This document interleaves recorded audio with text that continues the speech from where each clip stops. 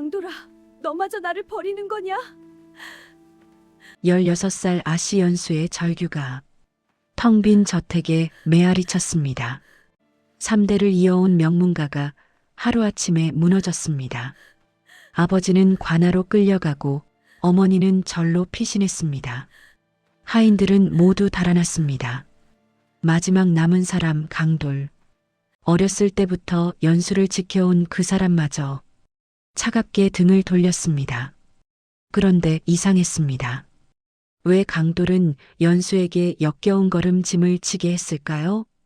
왜 아무 설명 없이 큰 길로 떠났을까요? 어머니의 비녀함은 왜 비어 있었을까요? 진실을 알았을 때 연수는 눈물을 멈출 수 없었습니다. 초봄 몰락한 아씨와 머슴 강돌의 이야기 지금 시작합니다. 오늘도 꽃담을 찾아주셔서 감사합니다. 구독과 좋아요는 큰 복을 가져다 줍니다. 눈이 완전히 녹기도 전 땅속 얼음이 채 풀리지 않은 초봄이었습니다. 동창현 신씨 가문의 높다란 대문 앞에는 아침부터 사람들이 모여들었습니다. 다들 수군거리며 손가락질을 했지요. 대문 한가운데 붉은 종이가 바람에 펄럭이고 있었습니다. 그 위엔 검은 먹으로 굵게 쓰인 글자가 보였습니다. 금단서적 연루, 가산몰수대기. 그 한 줄이 3대를 이어온 명문가를 단숨에 무너뜨렸습니다. 저택 안은 텅 비어 있었습니다. 겨우내 얼어붙었던 마루는 아직 차갑고 초봄 바람이 스며드는 복도에는 사람 그림자조차 보이지 않았습니다. 하인들은 밤사이 모두 달아났습니다. 평생 신씨 가문의 은혜를 입었다던 사람들조차 새벽녘 짐을 싸들고 뒷문으로 빠져나갔지요. 어머니는 전날 밤 절로 피신했습니다. 떠나는 어머니의 마지막 말은 이것뿐이었습니다. 연수야, 사흘만 기다리거라. 하지만 연수는 알고 있었습니다. 어머니 혼자서는 이 집안을 지켜낼 방법이 없다는 것을. 아버지는 그보다 먼저 관아로 압송되었습니다. 새벽 서리가 아직 내려앉은 마당에서 포졸들에게 둘러싸여 끌려가던 아버지의 뒷모습. 연수는 그 광경을 지금도 잊을 수 없었습니다. 아버지.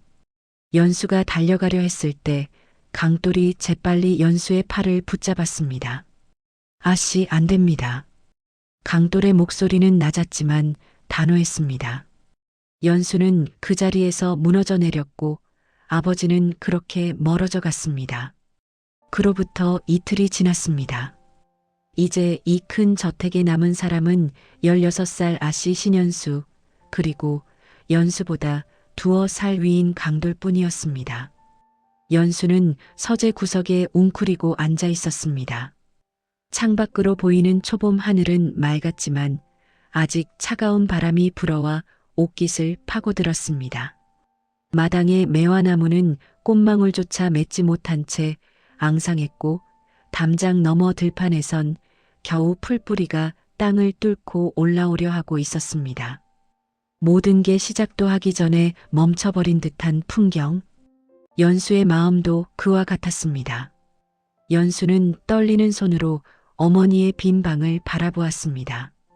그곳엔 평소 어머니가 아끼던 매듭 비녀함이 놓여 있었습니다. 비단으로 곱게 매듭을 지은 작은 함. 그 안엔 대대로 내려온 비녀와 금은 장신구들이 들어 있었지요. 연수에겐 힘이 없었습니다. 귀한 규수로 자라 바느질과 글씨 외엔 배운 게 없었고 세상 물정이라곤 전혀 알지 못했습니다. 그저 추위와 두려움 속에서 초봄 바람처럼 덧없이 떨고 있을 뿐이었습니다. 그때였습니다. 서재 문이 갑자기 열렸습니다. 연수는 깜짝 놀라 고개를 들었습니다. 문 앞엔 강돌이 서 있었습니다. 늘 다정하던 그 얼굴엔 오늘따라 초봄 서리처럼 차가운 기운이 서려 있었습니다. 연수는 가슴이 철렁 내려앉았습니다. 강돌은 문간에 선 채 한참을 말이 없었습니다. 그의 두 손은 주먹을 쥐었다 펴기를 반복했고 거친 숨소리가 조용한 서재 안에 울렸습니다. 마침내 강돌이 입을 열었습니다. 아씨, 지금 당장 이곳을 떠나셔야 합니다. 목소리가 달랐습니다. 늘 부드럽게 부르던 그 음성이 아니었습니다. 마치 남의 집 하인이 주인에게 말하듯 건조하고 냉정했습니다. 연수는 눈을 크게 떴습니다. 어디로 가란 말이냐? 저구남입니다. 어머님께서 계신 곳으로. 강돌의 말투는 단호했습니다. 관아에서 내일 아침 사람을 보낼 겁니다. 그 전에 떠나지 않으시면 아씨도 잡혀갑니다. 연수의 얼굴이 창백해졌습니다. 그럼 너는 어찌하려 하느냐? 강돌은 잠시 침묵했습니다. 그리고는 짧게 대답했습니다. 저는 제 길을 갑니다.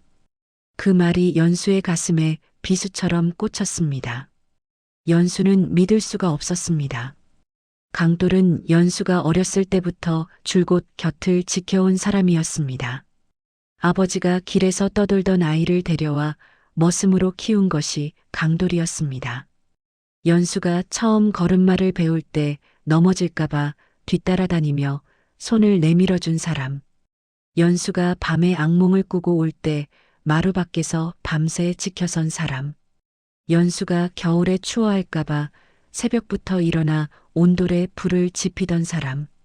모두 강돌이었습니다. 그런 강돌이 지금 얼음장처럼 차가운 얼굴로 제 길을 간다 말하고 있었습니다. 연수는 떨리는 목소리로 물었습니다. 강돌아, 너마저 나를 버리는 게냐? 강돌의 턱이 꽉 다물어졌습니다.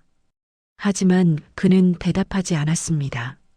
대신 몸을 돌려 복도로 나갔습니다. 연수는 그 자리에 멍하니 앉아 있었습니다. 하인들도 친척들도 이웃들도 이제 강돌마저 평생 한 번도 자신을 저버린 적 없던 그 사람마저 등을 돌린 것입니다. 연수의 눈에서 뜨거운 눈물이 흘러내렸습니다. 하지만 소리내어 울 수는 없었습니다. 이 큰 집에서 혼자 우는 소리가 바깥까지 새나갈까 두려웠기 때문입니다.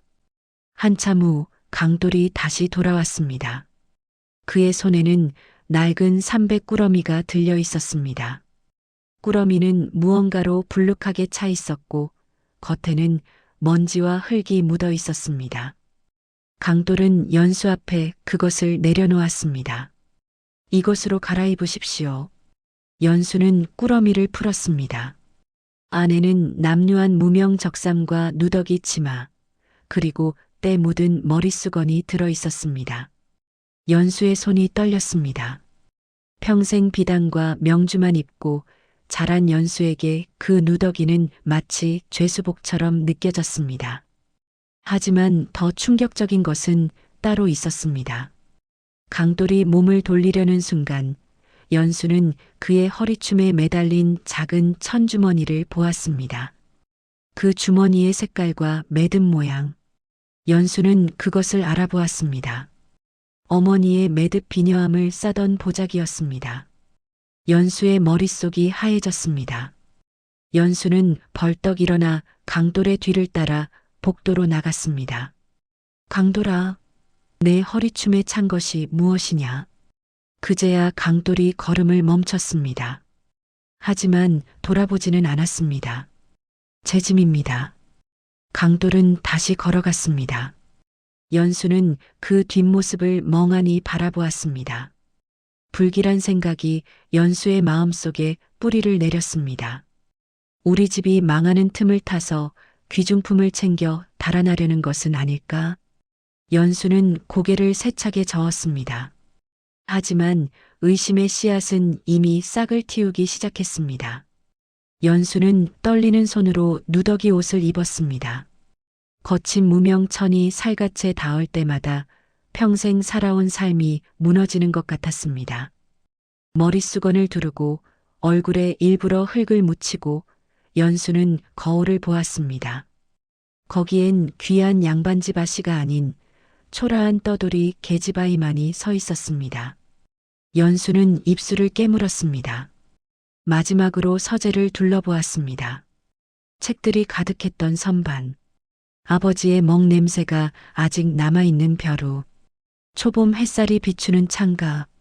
모든 것이 이제 남의 것이 될 터였습니다. 마당에 나간 연수는 그만 발걸음을 멈추고 말았습니다. 강돌이 준비해 놓은 것은 거대한 등짐틀이었습니다. 나무로 엮은 틀 위에 썩은 거름이 산더미처럼 쌓여 있었습니다. 부패한 풀과 짐승의 배설물, 그리고 재가 섞인 참을 수 없이 고약한 냄새가 풍겼습니다. 등짐의 부피는 연수의 키만큼이나 컸고 보기만 해도 무게가 상당해 보였습니다. 연수는 그것을 보며 멍하니 서 있었습니다. 강돌은 무표정한 얼굴로 말했습니다. 아씨께서 지고 가실 짐입니다. 연수는 믿을 수 없다는 듯 강돌을 쳐다보았습니다. 평생 비단 부채 하나 들어본 적 없는 손으로 저런 무거운 등짐을 진다는 것은 상상조차 할 수 없는 일이었습니다. 강돌은 등짐틀을 들어 올렸습니다. 그리고 연수의 등에 올려주려 했습니다. 연수는 본능적으로 뒤로 물러섰습니다. 강돌의 목소리가 낮게 깔렸습니다. 귀한 비단옷 입은 양반집 교수가 산길을 가시면 도적들의 표적이 됩니다. 관아 군졸들도 즉시 알아볼 겁니다. 강돌은 계속 말했습니다. 하지만 초봄엔 떠돌이 걸음꾼들이 들판을 돌아다닙니다. 겨우내 썩힌 걸음을 밭에 내다 뿌리기 위해서입니다. 등에 걸음짐을 진 계집아이는 아무도 의심하지 않습니다. 연수의 얼굴이 하얗게 질렸습니다. 강돌은 등짐을 연수의 등에 조심스럽게 올려주었습니다. 연수는 그 무게에 비틀거렸습니다. 생각보다 훨씬 무거웠습니다. 어깨에 끈이 파고들며 살을 짓눌렀습니다. 그리고 무엇보다 견디기 힘든 것은 코를 찌르는 역겨운 악취였습니다. 연수는 구역질이 올라왔지만 참았습니다. 강돌이 뒤에서 등짐을 받쳐주며 말했습니다. 천천히 걸으시되 허리를 곧게 펴십시오. 연수는 강돌의 말대로 해보려 했습니다. 하지만 몇 걸음 가지 못해 비틀거렸습니다. 강돌이 재빨리 연수를 붙잡았습니다.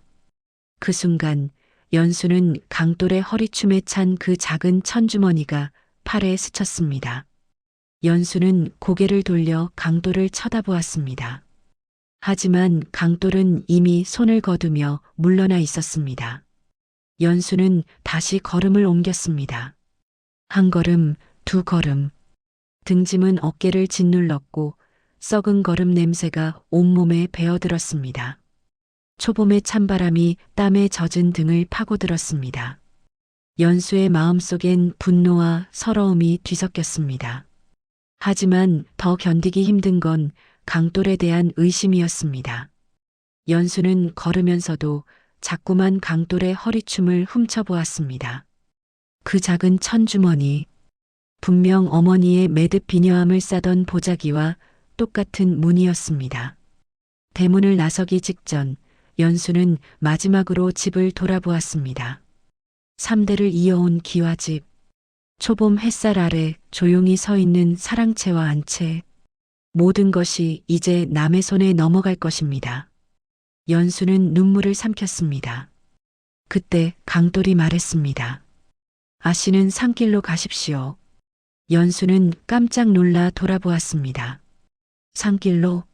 그럼 너는? 저는 큰 길로 갑니다.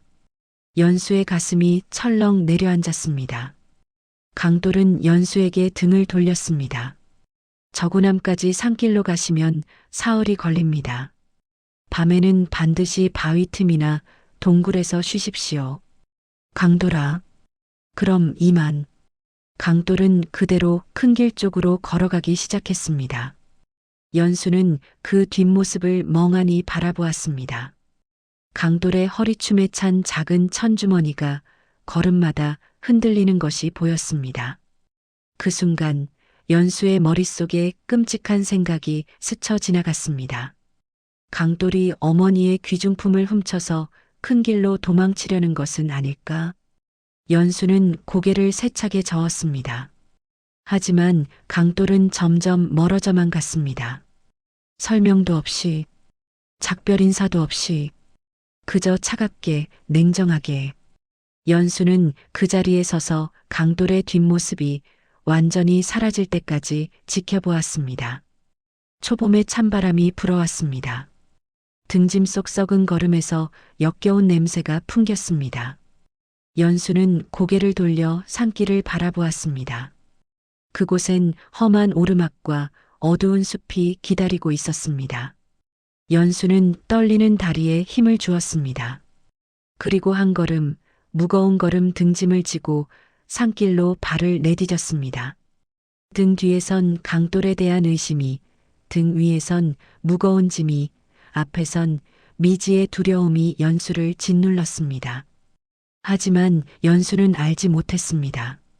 그 무거운 등짐 속에 얼마나 귀한 것들이 숨겨져 있는지, 그리고 강돌이 큰 길로 간 진짜 이유가 무엇인지. 강돌은 연수가 완전히 산길로 사라질 때까지 멀리서 지켜보고 있었습니다. 그의 얼굴엔 깊은 슬픔이 어려 있었습니다. 하지만 그는 돌아서지 않았습니다. 연수를 지키기 위해서는 자신이 미움받아야 했습니다. 연수가 자신을 따라오지 못하게 하려면 차갑게 대해야 했습니다. 강돌은 주먹을 꽉 쥐었습니다. 그리고 큰 길을 향해 걸어갔습니다. 허리춤의 천 주머니 속에는 돌멩이만 들어 있었습니다. 산길은 가파랐습니다. 아직 풀지 않은 언땅이 곳곳에 남아있어 미끄러지기 쉬웠습니다. 연수는 나뭇가지를 붙잡으며 천천히 올라갔습니다. 등짐 속 썩은 걸음에서 풍기는 역겨운 냄새. 구역질이 계속 올라왔지만 참을 수밖에 없었습니다. 한 걸음 내디딜 때마다 등짐이 어깨를 짓눌렀고 거친 끈이 살갗을 파고들었습니다. 연수의 어깨에선 이미 피가 배어나오기 시작했습니다. 해가 중천에 떴을 무렵 연수는 산속 작은 샘가에 도착했습니다. 등짐을 내려놓자 온몸에서 힘이 빠져나갔습니다. 연수는 그 자리에 주저앉아 차가운 샘물로 목을 축였습니다. 물은 차갑고 맑았습니다. 하지만 몸의 뱅거름 냄새는 지워지지 않았습니다. 연수는 손으로 얼굴을 감쌌습니다. 그때였습니다. 저 아래 계곡에서 희미하게 말소리가 들려왔습니다. 연수는 깜짝 놀라 숨을 죽였습니다. 이 근처에 양반집 교수가 도망쳤다던데. 잘 찾아봐. 잡으면 상금이 두둑하다. 관아 군졸들의 목소리였습니다. 연수는 온몸이 얼어붙었습니다. 재빨리 등짐을 다시 짊어졌습니다. 하지만 서두르다 보니 발을 헛디뎠습니다. 연수는 비탈길을 미끄러져 내려갔습니다. 등짐이 바위에 부딪혀 썩은 걸음이 사방으로 흩어졌습니다.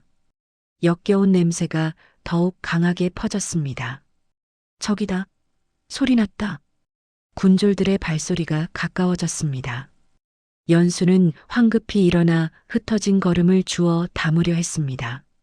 하지만 그 순간 등짐 속에서 예상치 못한 것이 보였습니다. 걸음 아래 깊숙이 숨겨진 두툼한 기름종이 보따리. 연수는 숨이 멎었습니다. 하지만 확인할 시간이 없었습니다. 군졸들이 바로 코앞까지 다가왔기 때문입니다. 연수는 급히 걸음을 덮고 등짐을 다시 짊어졌습니다. 그리고 최대한 평범한 걸음 나르는 일꾼처럼 비탈을 천천히 내려갔습니다. 야, 저기. 군졸 하나가 연수를 가리켰습니다. 연수의 심장이 터질 듯 뛰었습니다. 하지만 그때 등짐 속 썩은 걸음에서 참을 수 없이 고약한 악취가 바람을 타고 퍼졌습니다. 군졸들이 손으로 코를 막으며 뒷걸음쳤습니다. 무슨 냄새가 이렇게 지독해. 걸음 짐꾼이로군. 에이, 저런 천한 것까지 뒤져서 쓰겠나? 양반집 교수가 저런 더러운 짐을 질 리가 있나? 가까이도 가기 싫구먼. 군졸들은 얼굴을 찡그리며 급히 지나갔습니다. 연수는 그 자리에 멈춰서서 떨리는 다리를 간신히 지탱했습니다. 군졸들의 발소리가 완전히 사라지고 나서야 연수는 그 자리에 주저앉았습니다. 살았습니다. 기적처럼 연수는 등짐을 바라보았습니다. 이 역겨운 걸음짐이 자신의 목숨을 구했습니다. 그때 강돌의 말이 떠올랐습니다. 초봄 걸음짐은 냄새가 고약해서 군졸들이 가까이 오기도 싫어합니다. 연수는 복잡한 표정을 지었습니다. 강돌이 자신을 살리려 했던 것일까? 아니면 연수는 천천히 등짐을 내려놓았습니다. 그리고 역겨운 걸음을 조심스럽게 걷어냈습니다. 초봄의 햇살 아래 그 기름종이 보따리가 드러났습니다. 연수는 떨리는 손으로 보따리를 집어들었습니다. 무게가 제법 나갔습니다. 연수는 주위를 둘러보았습니다. 아무도 없었습니다. 천천히 기름종이를 풀었습니다. 그리고 연수는 숨을 멈췄습니다. 보따리 안에는 집안 문서들이 들어 있었습니다. 땅 문서, 장부, 족보 초본, 모두 물에 젖지 않도록 기름종이로 꼼꼼하게 쌓여 있었습니다. 연수는 떨리는 손으로 문서들을 펼쳐보았습니다. 아버지의 필체가 보였습니다. 할아버지 때부터 이어온 땅 문서, 집안의 내력이 적힌 족보, 모두 집안을 다시 일으키기 위해 반드시 필요한 것들이었습니다. 연수의 머릿속이 복잡해졌습니다. 그렇다면 강돌이 이것들을 여기에 숨겨둔 것일까? 아니면 연수는 고개를 저었습니다. 하지만 여전히 의문은 남았습니다. 어머니의 비녀함은 어디에 있는 것일까? 그 안의 귀중품들은 연수는 문서들을 다시 기름종이에 싸서 등짐 속 깊은 곳에 넣었습니다. 그리고 그 위에 다시 걸음을 덮었습니다. 해가 서쪽으로 기울기 시작했습니다. 연수는 다시 등짐을 짊어지고 산길을 올랐습니다. 한 걸음 한 걸음이 고통스러웠습니다. 어깨는 이미 짓무르고 다리는 후들거렸습니다. 하지만 멈출 수 없었습니다. 어머니가 기다리고 계셨습니다. 밤이 되었습니다. 연수는 바위 틈 사이에서 잠시 쉬었습니다. 초봄밤은 여전히 추웠습니다. 얼음장 같은 냉기가 온몸을 파고들었습니다. 연수는 몸을 움츠리며 어머니의 얼굴을 떠올렸습니다. 그리고 강돌의 얼굴도 차갑게 굳어있던 그 표정. 저는 제 길을 갑니다. 그 말의 진짜 의미가 무엇이었을까? 연수는 알 수 없었습니다. 이튿날 아침 연수는 다시 길을 나섰습니다. 온몸이 쑤시고 아팠지만 멈출 수 없었습니다. 산길은 점점 험해졌습니다. 하지만 연수는 한 가지 결심을 했습니다. 저구남에 도착하기 전에 집으로 돌아가 확인해야 할 것이 있었습니다. 어머니의 매듭 비녀함. 강돌이 정말로 그것을 가져갔는지 확인해야 했습니다. 연수는 산길을 되돌아 내려갔습니다. 등짐을 바위 틈에 숨겨두고 몸만 가볍게 해서 움직였습니다. 해질녘 연수는 다시 집 근처에 도착했습니다. 대문의 붉은 표식은 여전히 바람에 펄럭이고 있었습니다. 연수는 조용히 뒷담을 넘어 안채로 들어갔습니다. 복도는 여전히 텅 비어 있었습니다. 연수는 어머니의 방으로 향했습니다. 문을 열자 초봄 햇빛이 창문을 통해 쏟아져 들어왔습니다. 방 안은 그대로였습니다. 연수의 시선이 화장대 앞에 멈췄습니다. 그곳엔 평소 어머니가 아끼던 물건들이 놓여 있었습니다. 옥비녀, 은가락지, 작은 거울. 하지만 한 가지가 없었습니다. 매듭 비녀함. 연수의 심장이 쿵 내려앉았습니다. 연수는 화장대 서랍을 열어보았습니다. 없었습니다. 옷장도 뒤졌습니다. 역시 없었습니다. 방 안 구석구석을 찾아보았지만 매듭 비녀함은 어디에도 보이지 않았습니다. 그때였습니다. 연수의 눈에 뭔가가 들어왔습니다. 방 한구석, 이불 옆에 떨어진 작은 물건. 연수는 그것을 집어들었습니다. 그리고 온몸이 얼어붙었습니다. 그것은 매듭 비녀함이었습니다. 하지만 함은 텅 비어 있었습니다. 연수는 떨리는 손으로 함을 열어보았습니다. 안에 있어야 할 것들이 모두 사라져 있었습니다. 대대로 내려온 금비녀, 할머니의 은장도, 어머니가 아끼던 옥놀이개, 모두 사라졌습니다. 연수의 손에서 함이 떨어졌습니다. 연수는 바닥에 주저앉았습니다. 모든 퍼즐 조각이 맞춰지기 시작했습니다. 강돌의 차가운 태도, 허리춤에 찬 천주머니, 큰 길로 향한 발걸음, 강돌이 정말로. 연수의 눈에서 눈물이 흘러내렸습니다. 믿었던 사람에게 배신당한 충격. 그것은 집안의 몰락보다도 더 큰 상처였습니다. 연수는 한참을 그렇게 앉아 있었습니다. 초봄 햇빛이 방 안을 가득 채웠지만 연수의 마음은 한겨울처럼 얼어붙어 있었습니다. 평생 우리 집에 은혜를 입고 자라놓고 결국 이렇게 배신하는구나. 연수는 주먹을 쥐었습니다. 큰 길로 간다더니 아마 어디 먼 곳으로 도망칠 속셈이겠지. 분노가 치밀어 올랐습니다. 하지만 동시에 깊은 슬픔도 밀려왔습니다. 연수는 비어있는 매듭 비녀함을 들고 일어섰습니다. 어머니에게 보여드려야 했습니다. 강돌이 무슨 짓을 했는지. 연수는 함을 품에 안고 방을 나섰습니다. 복도를 지나며 연수는 곳곳에 남아있는 강돌의 흔적을 보았습니다. 강돌이 수리해준 문, 강돌이 닦아준 기둥, 강돌이 심어준 화초, 모든 것이 이제는 배신의 증거처럼 느껴졌습니다. 대문 밖으로 나온 연수는 다시 산으로 향했습니다. 숨겨둔 등짐을 찾아 다시 짊어졌습니다. 이제 연수의 마음은 등짐보다 더 무거운 것으로 가득 차 있었습니다. 배신감, 분노, 슬픔, 그리고 깊은 외로움. 연수는 산길을 올랐습니다.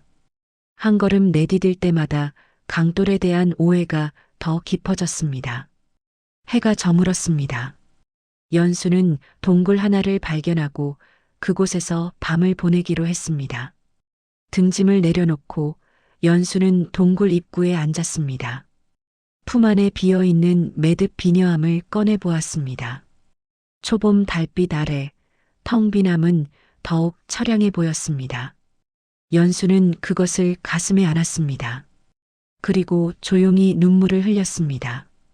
사흘째 되는 날 연수는 마침내 저구남 돌계단 앞에 도착했습니다. 더 이상 한 걸음도 걸을 수 없었습니다. 연수는 계단 위에서 비틀거리다 그대로 쓰러졌습니다. 등짐이 옆으로 굴러떨어졌고 썩은 거름 냄새가 사방에 퍼졌습니다. 연수야. 어머니의 목소리가 들렸습니다. 어머니가 달려와 연수를 품에 안았습니다. 어미가 여기 있다. 연수야, 정신 차려라. 얼어붙었던 마음이 그제야 살짝 풀렸습니다. 연수는 어머니의 품에서 그동안 참았던 눈물을 쏟아냈습니다. 절의 스님들이 연수를 안으로 옮겼습니다. 따뜻한 차를 마시고 상처난 어깨에 약을 바르고 깨끗한 옷으로 갈아입었습니다. 몸을 추스른 후 연수는 어머니께 비어있는 매듭 비녀함을 보여드렸습니다.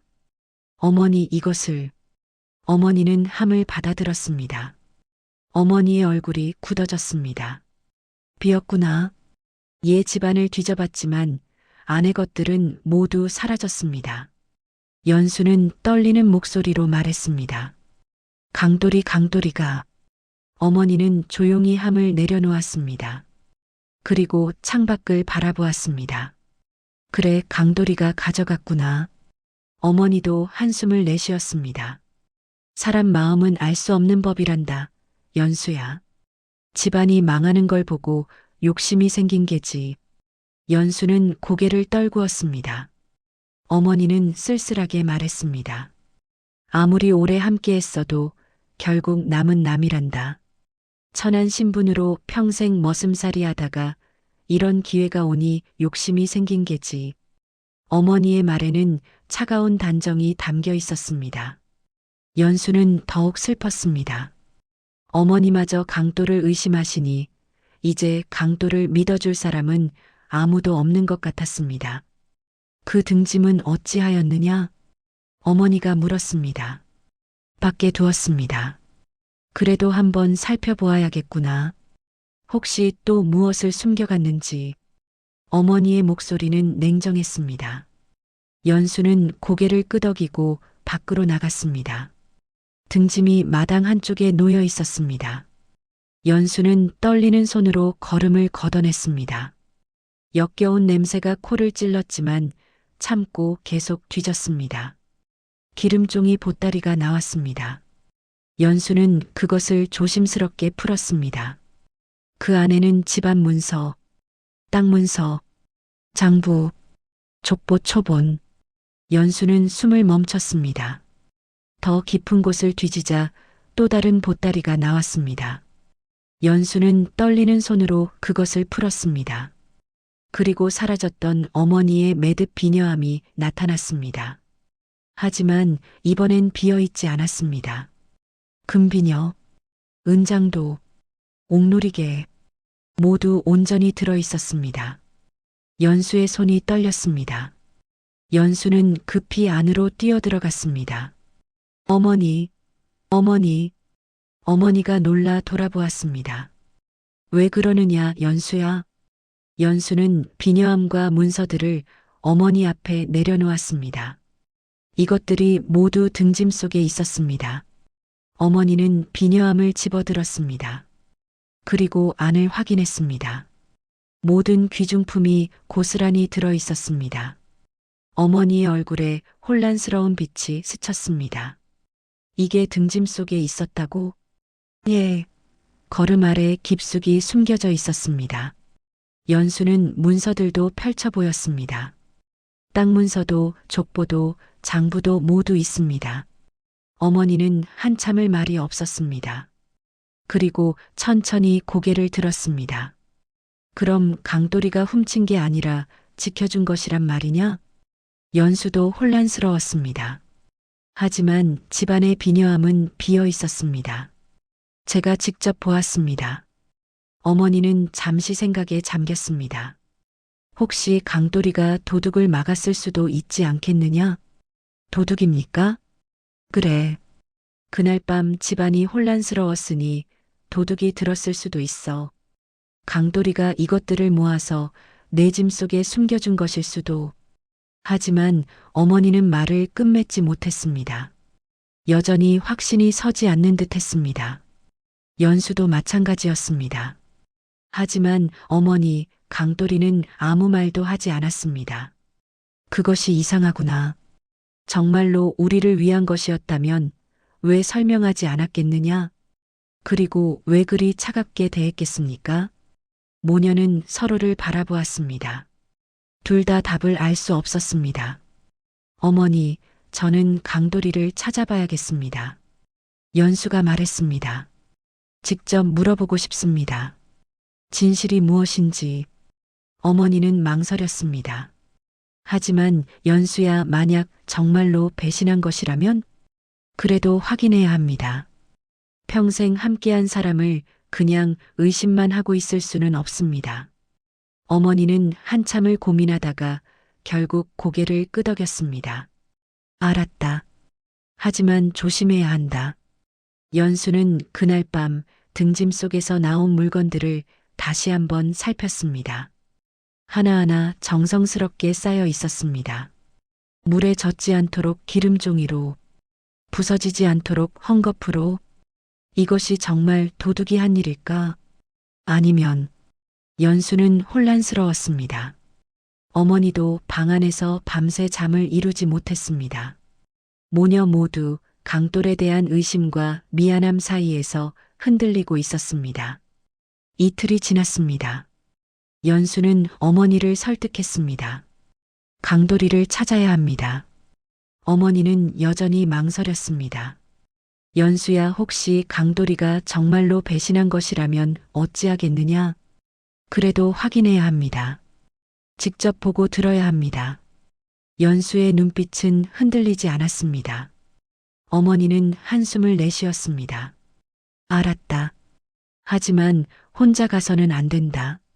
내가 함께 가마. 어머니는 절의 스님께 부탁해 근처 마을 소식을 알아보도록 했습니다. 며칠 후 한 행각승이 소식을 가져왔습니다. 며칠 전 큰 길에서 한 사내가 군졸들에게 쫓겼습니다. 연수는 몸을 앞으로 기울였습니다. 그 사내가 어찌 되었습니까? 작은 주머니를 흔들며 산속으로 군졸들을 끌고 들어갔다 합니다. 어머니가 물었습니다. 그 주머니 안에는 무엇이 있었습니까? 행각승은 고개를 저었습니다. 돌멩이뿐이었다 합니다. 군졸들이 속았다는 걸 알고 크게 화를 냈다 하더군요. 연수와 어머니는 서로를 바라보았습니다. 연수가 다급히 물었습니다. 그 사내는 지금 어디에 있습니까? 그건 알 수 없습니다. 다만 근처 장터에서 상처 입은 사내 하나가 떠돌고 있다는 소문이 있습니다. 연수는 벌떡 일어섰습니다. 제가 가보겠습니다. 어머니가 연수를 붙잡았습니다. 연수야, 기다려라. 아직 그 사내가 강돌인지도 모르지 않느냐? 하지만 연수는 고개를 저었습니다. 아닙니다. 분명 강돌입니다. 어머니는 한참을 연수를 바라보다가 결국 고개를 끄덕였습니다. 알았다. 하지만 혼자 가서는 안 된다. 내가 함께 가마. 어머니께서도? 그래. 나도 직접 확인하고 싶구나. 어머니의 목소리에는 죄책감과 불안이 섞여 있었습니다. 이튿날 연수와 어머니는 행각승이 알려준 장터로 향했습니다. 장터는 사람들로 붐볐습니다. 연수는 곳곳을 헤매며 강돌을 찾았습니다. 어머니도 연수를 따라다니며 주변을 살폈습니다. 해가 기울 무렵 한 노파가 다가왔습니다. 두 분 누굴 찾으시오? 상처 입은 사내를 찾고 있습니다. 노파는 고개를 끄덕였습니다. 아, 그 양반 말이오? 며칠 전부터 저 뒤편 움막에 있소. 하지만 몸이 많이 안 좋아 보이더이다. 열병을 앓는 듯 하더이다. 연수와 어머니는 급히 그곳으로 향했습니다. 움막은 초라했습니다. 연수는 떨리는 손으로 문을 두드렸습니다. 안에서 기침 소리가 들렸습니다. 누구시오? 목소리는 약했지만 분명 강돌의 목소리였습니다. 어머니도 그 목소리를 알아챘습니다. 연수는 눈물을 참으며 대답했습니다. 나다. 안이 조용해졌습니다. 한참 후 문이 천천히 열렸습니다. 그곳에 강돌이 서 있었습니다. 팔에는 깊은 상처가 있었고 얼굴은 수척하고 창백했습니다. 열병을 앓고 있는 것이 분명했습니다. 강돌은 연수를 보자 놀란 표정을 지었습니다. 그리고 어머니를 보고는 황급히 무릎을 꿇으려 했습니다. 하지만 몸에 힘이 없어 비틀거렸습니다. 연수가 재빨리 강돌을 붙잡았습니다. 강돌아. 어머니도 다가와 강돌을 부축했습니다. 강돌은 당황한 표정으로 말했습니다. 어머님, 아씨 어찌 이곳까지. 강돌아, 내가 이렇게 된 줄 몰랐구나. 어머니의 목소리가 떨렸습니다. 강돌은 고개를 떨구었습니다. 저는 괜찮습니다. 하지만 말을 끝내기도 전에 강돌은 그만 기운을 잃고 쓰러졌습니다. 연수와 어머니는 강돌을 움막 안으로 옮겼습니다. 강돌의 상처를 살펴보니 생각보다 심각했습니다. 칼에 베인 상처가 골마 있었고 열이 높았습니다. 어머니가 말했습니다. 연수야, 물을 떠오너라. 약도 구해야겠다. 연수가 물을 구하러 나간 사이 어머니는 강돌의 옷을 갈아입히려 했습니다. 그때 강돌의 품 안에서 작은 천주머니가 떨어져 나왔습니다. 어머니는 그것을 집어들었습니다. 천주머니를 열어보니 안에는 정말로 돌멩이 몇 개뿐이었습니다. 어머니의 손이 떨렸습니다. 그제야 어머니는 깨달았습니다. 강돌은 이 돌멩이 주머니로 군졸들을 속인 것이었습니다. 마치 귀중품을 훔쳐 달아나는 것처럼 보이게 하여 군졸들을 연수에게서 멀리 끌어낸 것이었습니다. 어머니의 눈에서 눈물이 흘렀습니다. 강돌아, 미안하구나. 내가 너를 의심했구나. 어머니는 강돌의 손을 잡았습니다. 연수가 물을 가지고 돌아왔습니다. 어머니는 천주머니를 연수에게 보여주었습니다.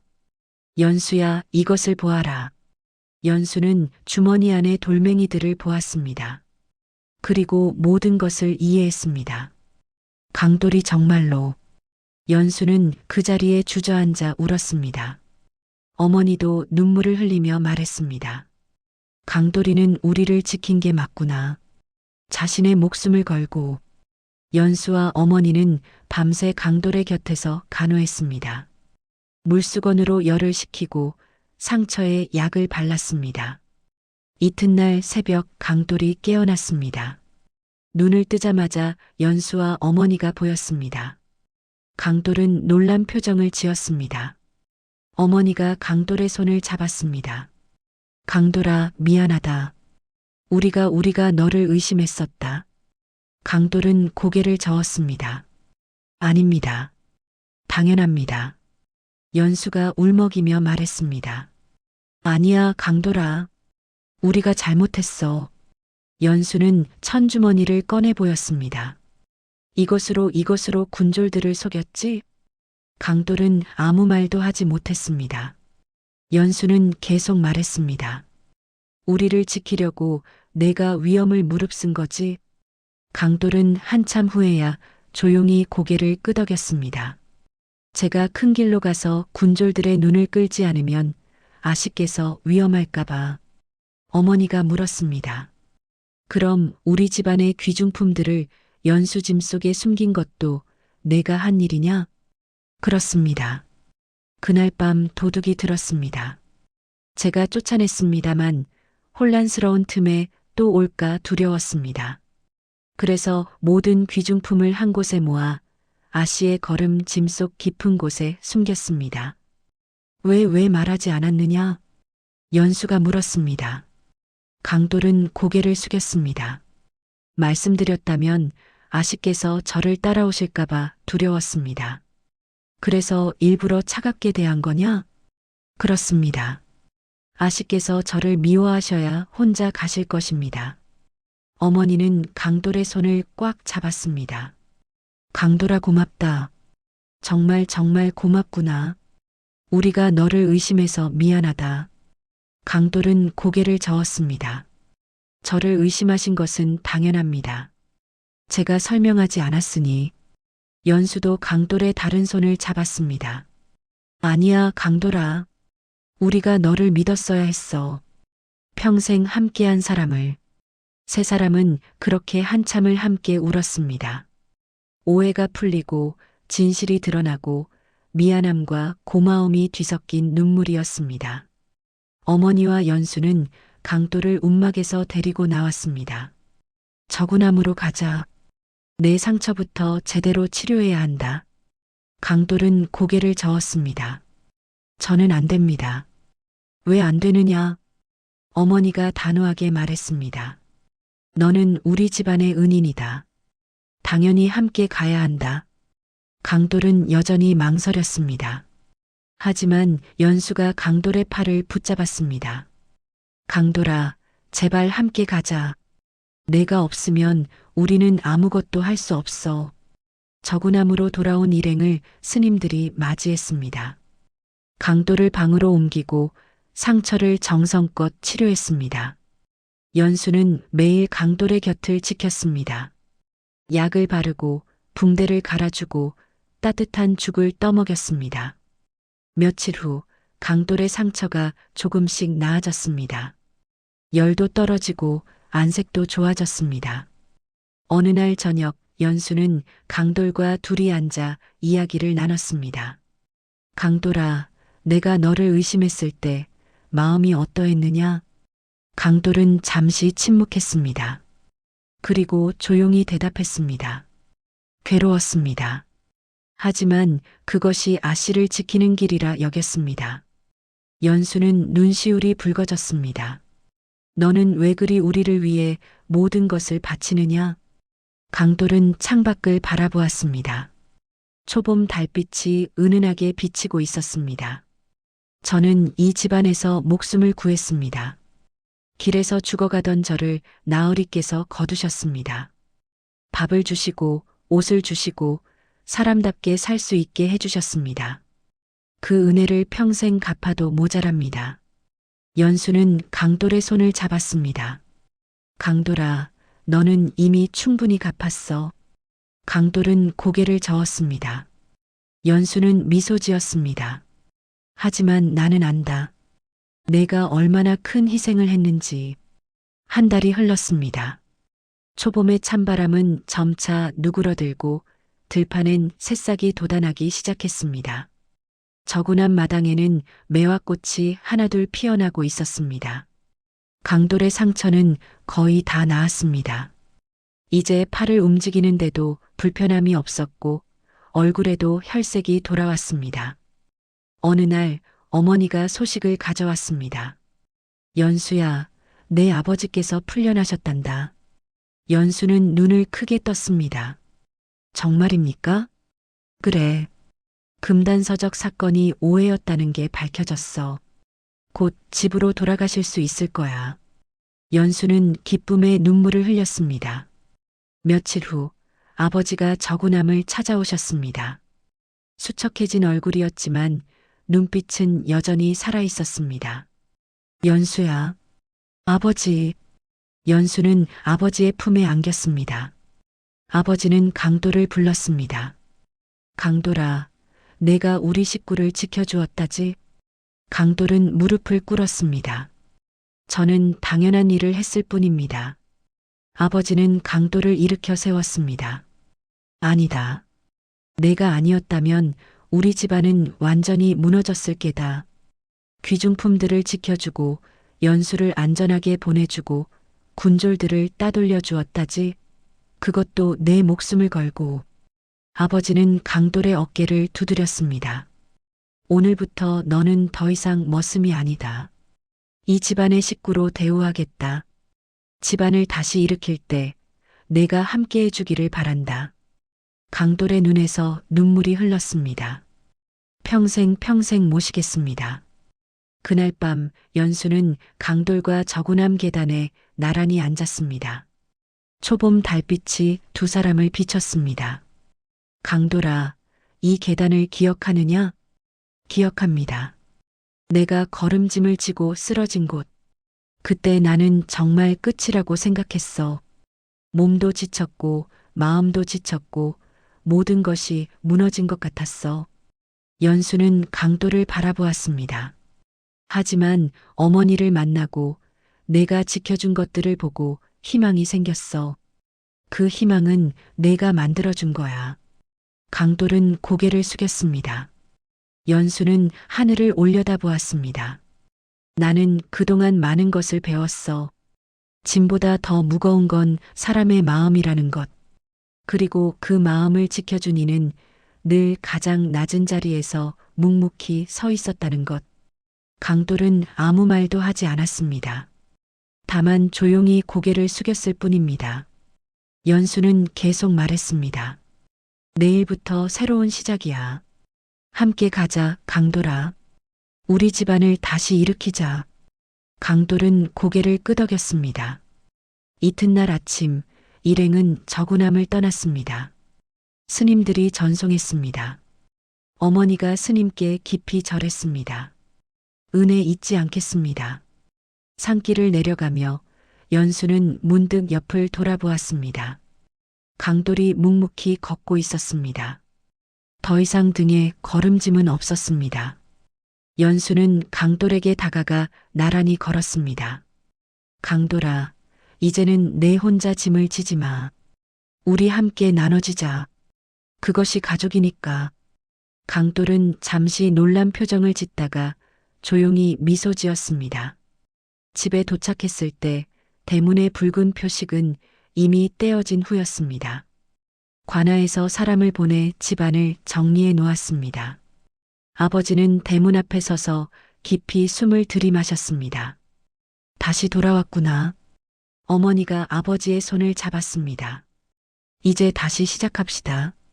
연수는 마당을 둘러보았습니다. 떠날 때와 달리 이제 봄 기운이 가득했습니다. 매화나무에는 꽃망울이 맺혀 있었고 담장 너머 들판에는 새싹이 돋아나고 있었습니다. 그날부터 신씨 가문은 다시 일어서기 시작했습니다. 아버지는 억울하게 빼앗긴 명예를 되찾았고 땅 문서로 재산도 회복했습니다. 강돌은 더 이상 머슴이 아니었습니다. 아버지의 오른팔이 되어 집안일을 돕기 시작했습니다. 연수는 어머니를 도와 집안 살림을 꾸려나갔습니다. 하지만 틈틈이 강돌을 찾아가 이야기를 나누곤 했습니다. 세월이 흘러 연수가 집안의 안주인이 되었을 때 강돌은 여전히 곁을 지키고 있었습니다. 이제는 머리가 희끗희끗해진 모습이었지만 눈빛만은 여전히 맑았습니다. 강돌아, 고맙다. 평생 곁에 있어줘서. 강돌은 미소 지었습니다. 저야말로 감사합니다. 이 집안과 함께할 수 있어서. 연수는 그날을 떠올렸습니다. 초봄 걸음 등짐을 지고 걸었던 그 산길, 군졸들을 피해 숨었던 그 두려운 순간들, 강돌을 의심했던 그 아픈 기억, 모두 이제는 추억이 되었습니다. 연수는 깨달았습니다. 짐보다 더 무거운 건 사람의 마음이었다. 그리고 그 마음을 지켜준 이는 늘 가장 낮은 자리에서 묵묵히 서 있었다. 강돌을 의심했던 자신이 부끄러웠습니다. 하지만 그 경험을 통해 진짜 의리가 무엇인지 배웠습니다. 끝까지 들어주셔서 감사합니다. 항상 건강하시길 기원합니다.